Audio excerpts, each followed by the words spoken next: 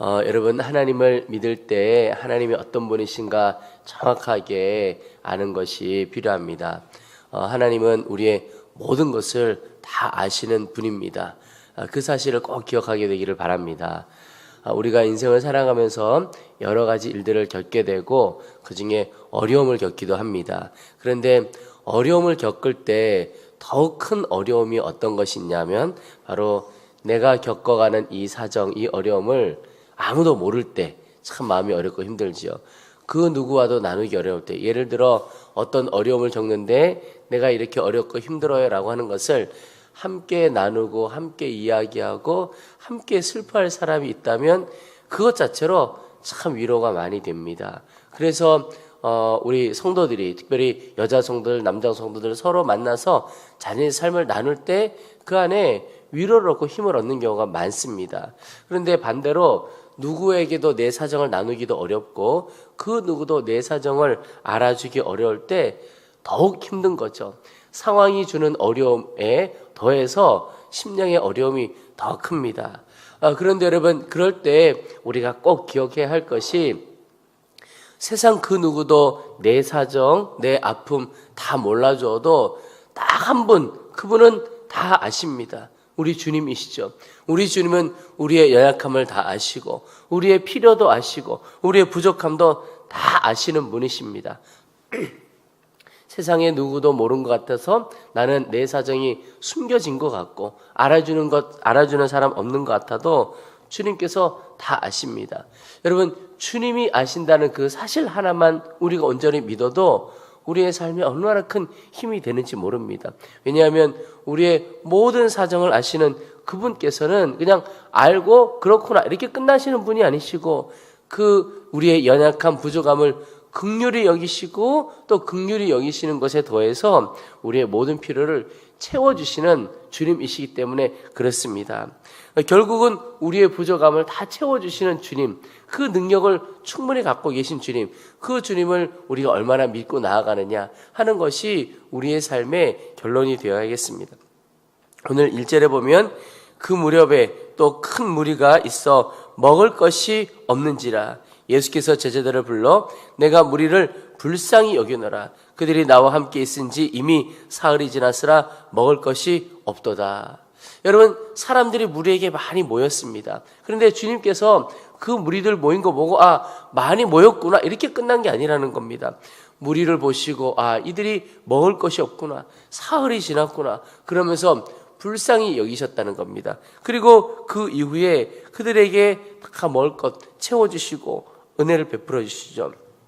우리가 오병이어의 기적을 함께 나누었지만 오늘도 비슷한 기적입니다. 떡 7개에 생선 2마리로 4,000명을 먹이시는 그런 이야기입니다.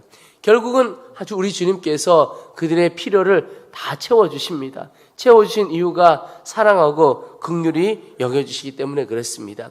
여러분, 먼저 우리가 주님 앞에 가져야 할 믿음이 하나님은 나의 모든 필요를 아시고 우리의 모든 연약함 채워주시고 부족함 채워주시는 주님이신 것에 대한 분명한 믿음이 있기를 축복합니다. 주님만이 우리의 모든 필요를 궁극적으로 채워주실 수 있는 분이십니다. 그래서 나의 연약함과 나의 부족함에 집중하기보다 채워주시고 은혜 베푸시는 주님을 더욱 바라볼 수 있게 되기를 축복합니다. 특별히 그 과정 가운데 우리에게 있어서 그 믿음과 함께 주 앞에 드림이 필요합니다. 오늘도 똑같이 물고기 떡 7개 생선 2마리를 주님 앞에 드렸을 때 주님께서 축복해 기도하시고 그것들로 나누어 주었습니다. 여러분, 하나님께서 우리에게 요구하시는 것은 우리에게 어떤 대단한 것 요구하시는 것이 아니고 우리가 가지고 있는 작은 것 하나, 그것 주님께 드릴 때 주님께서 그 가운데 역사하는 겁니다. 그 말은 우리가 가지고 있는 작은 것에 집중하는 것이 아니라 그것 주님께 드리고 주님께서 역사하실, 더 크게 역사하실 주님을 더 바라보아야 하는 겁니다. 여러분, 오늘 이 말씀을 보면 8절에 배불리 먹고 남은 조각 7광주리를 거두었다 그랬습니다. 여러분, 드린 것보다 훨씬 더 많이 남았고 이건 뭐 비교할 수 없는 거죠. 4,000명이 다 먹고 이렇게 많이 남은 거죠. 그 말은 예수님이 계신 곳에, 그리고 그 예수님께 믿음으로 반응하고 작은 것이라도 드리는 삶에 놀라운 풍성하심이 있다는 것입니다. 저는 교회와 우리 성도들의 삶에 하나님께서 이렇게 풍성하심으로 역사하실 것을 믿고 또 그렇게 기도합니다. 하나님은 우리 한 사람 한 사람을 이렇게 우리 자신의 부족한 가운데 살도록 두지 않고 우리도 하나님의 풍성하심을 누릴 뿐만 아니라 그 풍성하심을 흘려보내는 도구로 쓰실 것입니다.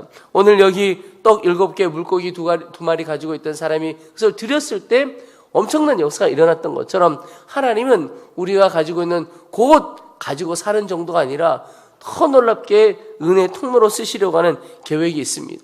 여러분 오늘 주님께서 마음 주시는 대로 믿음으로 반응하고 드려보시기 바랍니다. 놀란 하나님의 기적을 다 경험하게 되리라고 믿습니다. 그런데 오늘 주님께서 이 일을 행하실 때 제자들에게 물으십니다. 너희에게 무엇이 있고 또 어떻게 하면 좋겠느냐 이렇게 물으실 때 4절에 보시면 제자들이 대답하되 이 광야 어디서 떡을 얻어 이 사람들로 배부르게 할 수 있으리일까?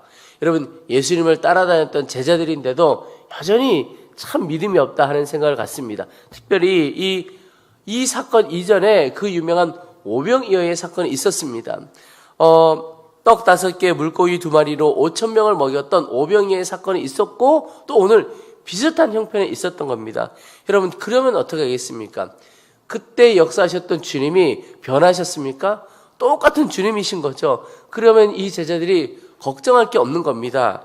예를 들어 주님께서 물으셨다면 그들이 어떻게 대답을 해야 하겠습니까? 주님, 그때처럼 주님이 하시지요. 또 주님이 역사하시지요. 주님을 믿습니다. 이렇게 나오는 게 정상 아니었을까 싶습니다. 그런데 그들이 이 광야 어디서 떡을 얻어 이 사람들로 배부르게 할 수 있으리일까?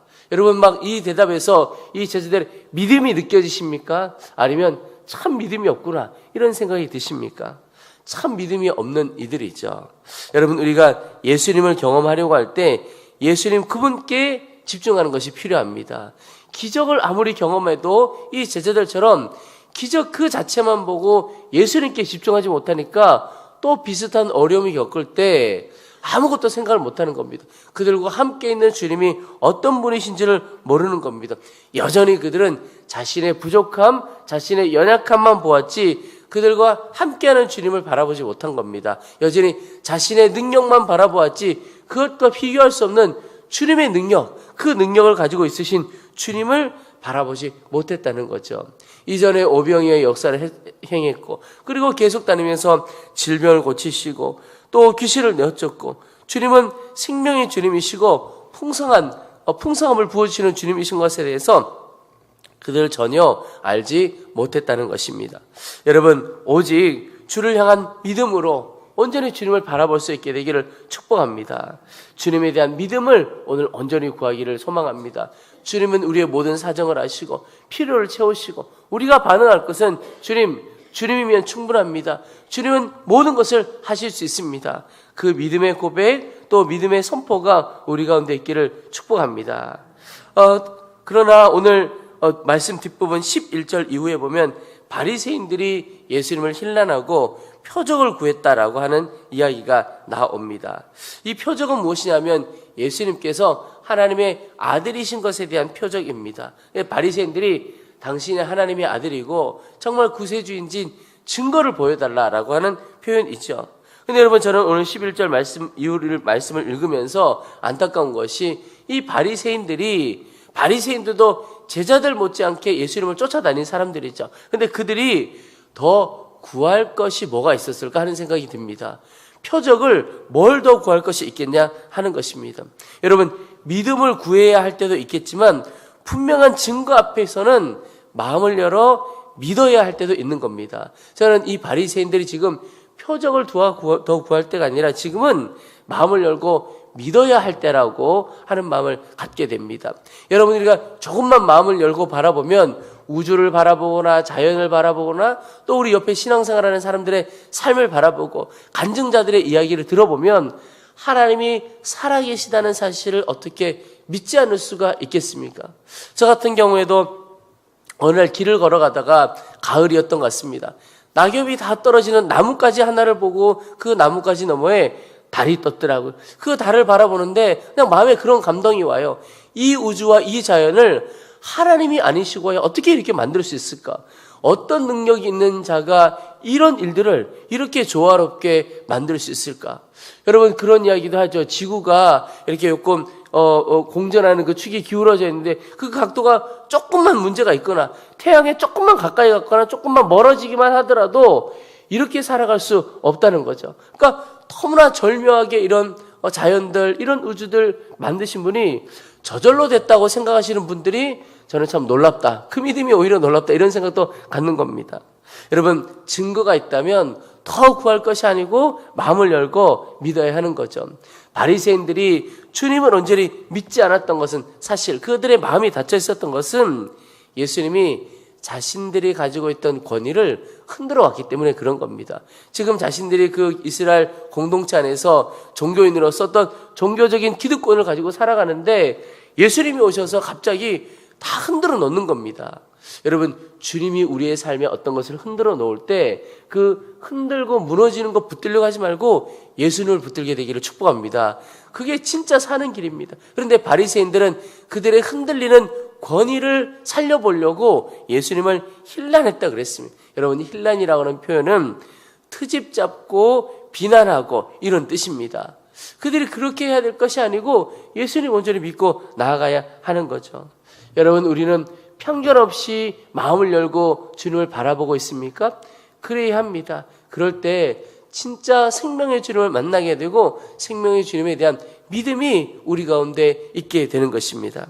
제가 편견하면 생각나는 것이 제가 부산에서 물리학 공부를 할 때였습니다. 그때 저희 과에서 창조과학회 하시는 교수님 한 분을 초청해서 말씀을 들었습니다. 그런데 저희 과에 한 30명 정도 되는 교수님들이 계셨는데 과학자들이죠. 과학자들 중에는 그 교수님들 중에는 신앙이 있는 분들도 있고 신앙이 없는 분들도 있습니다. 근데 과학자들은 아주 전제와 논리적으로 이렇게 가는 분들 아닙니까? 그런데 1시간 강의를 다 듣고 나서 깜짝 놀란 것이 신앙이 있는 교수님들은 당연히 그렇겠다 생각하겠지만 신앙이 없는 교수님들 사이에 어떤 이야기를 하냐면 오히려 창조과학이 창조론이 진화론보다 더 과학적이다 이런 표현을 하시더라고요. 그 말은 제가 그 교수님들이 참 이분들의 마음이 선하다, 마음이 참 좋다라고 느꼈던 것이 어떤 편견을 가지고 바라보지 않고 과학적인 측면에서 그냥 객관적으로 편견 없이 바라보니까 오히려 더 과학적이다 이런 표현을 하시더라고요. 오늘 어떤 게 더 과학적이냐는 걸 이 새벽에 다 나눌 수는 없지만 중요한 건 그분들의 마음이 편견이 없더라 하는 거 너무 귀하더라고요. 여러분 오늘 내가 가지고 있는 경험이라는 편견, 내가 가지고 있는 지식이라는 편견, 또 내가 붙들고 살고 싶은 어떤 욕심이라는 편견 다 내려놓고 마음을 온전히 열어 주님을 바라볼 수 있게 되기를 축복합니다. 세상에 눈을 들어 주님이 행하신 일들을 바라보고 주님의 행하신 일들을 듣고 주님의 행하신 일을 읽게 될 때 주님이 정말 나의 주님이시구나. 이건 반드시 깨닫게 되고 믿음 가운데 서리라고 믿습니다. 오늘도 그 믿음으로 살고 하나님의 역사를 마음껏 경험하는 우리 사랑하는 모든 성도들 되시기를 주의 이름으로 축원합니다.